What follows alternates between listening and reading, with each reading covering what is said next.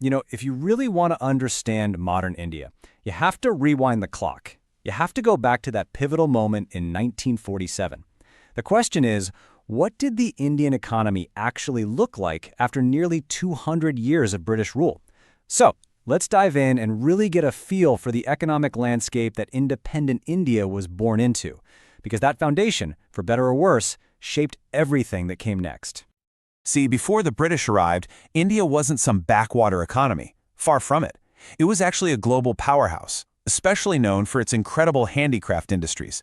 We're talking about the legendary Dhakai muslin, a cotton textile so unbelievably fine that travelers said it was fit for kings and queens. That wasn't just fabric, that was a symbol of India's economic strength. Which, of course, brings us to the big question, the elephant in the room. How on earth did an economy famous for its wealth and craftsmanship end up so completely stagnant, so crippled by the time independence finally came? Well, the answer is all tangled up in the very nature of the colonial economic relationship. Right, so how did we get from that famed past to this broken present? Let's be crystal clear about one thing. The main goal of British economic policy in India was never, ever about developing India for Indians. It was all about protecting and promoting Great Britain's own economic interests. And that single-minded focus led to a complete and systematic teardown of the existing Indian economy. So what was the game plan? Well, it was a pretty simple two-step process, really. Step 1. Turn India into a giant supplier of cheap raw materials, things like cotton, jute, you name it. All of this stuff would be shipped off to fuel the roaring furnaces of Britain's Industrial Revolution. Step 2. Turn India's massive population into a captive market, basically forcing them to buy back the finished goods, like textiles, that were made in British factories. Now, to really grasp the impact of this, you have to start with agriculture. This was the absolute backbone of the Indian economy. It's how most people made a living. But by 1947, that backbone was, well, it was just about broken. And the scale of this is just staggering. A full 75%, 3/4 of the entire country's workforce relied on farming. So you can imagine, when a sector that massive grinds to a halt, it means the vast majority of the population is trapped in a devastating cycle of poverty with very little hope of getting out. So why did it get so bad? Well, a few big reasons. First, you had these really exploitative land systems, like the Zamindari system.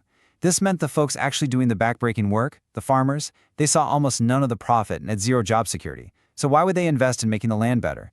Then there was forced commercialization. Farmers were basically pushed into growing cash crops like indigo for British factories, instead of the food crops they needed to feed their own families. On top of all that, the colonial government just didn't invest in basic infrastructure like irrigation or flood control. It was a recipe for disaster. Okay, so that's agriculture. Now let's shift gears to industry and trade, because this is where India's world-famous handicraft industry was systematically gutted. This whole process, what historians call deindustrialization, was a direct result of those colonial policies, and it completely flipped India's role on the world stage. The difference is just night and day. Look at this. India's exports became almost entirely raw materials, the basic ingredients. And what did it get in return?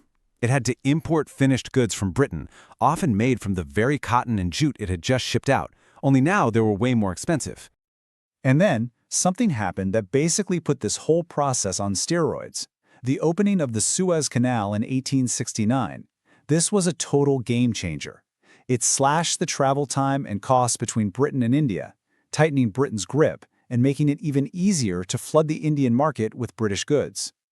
And all of this leads to a really crucial idea you have to understand: the drain of wealth.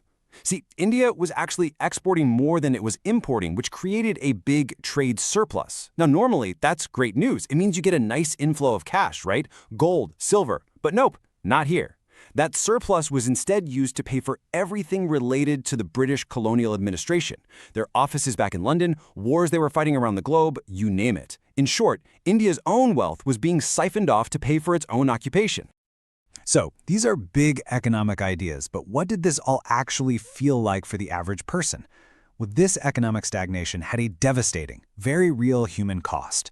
It meant terrible living standards, practically non-existent healthcare, and almost no opportunities for millions of people. Just let's pause on this for a second. An infant mortality rate of 218 per thousand. That is an absolutely heartbreaking number. It speaks volumes about the widespread poverty and the total lack of basic public health for most of the population. And if you survived infancy, things didn't look much brighter. The average life expectancy was just 44 years. To put that in perspective, today in India it's closer to 70. That single number paints such a grim picture of what life was like. And what about opportunities to improve your lot in life? Well, education was in a dire state. The overall literacy rate was less than 16%, and the gap between men and women was just huge, with female literacy hovering at a shocking 7%. This basically denied half the population the most basic tool for a better life. Okay, so let's pull all of this together. We're on the doorstep of independence, August 1947. What's the final report card on the economy? What exactly did the leaders of the new India inherit? Well, it was an economy that was deeply, deeply scarred. What the new nation was handed wasn't a thriving economy ready to take off. It was a wreck. The whole economic structure was crippled. Agriculture, where most people worked, was stuck in the mud with super low productivity. Industry was a shell of its former self and was desperate for investment. And running through everything was just this deep, pervasive poverty and massive inequality. That was day one for independent India. And that really leaves us with this huge, lingering question. The challenges were just immense, and the foundation was completely shattered. The story of India's economy on the eve of independence isn't just history. It sets the stage for the almost impossible task of nation-building that lay ahead.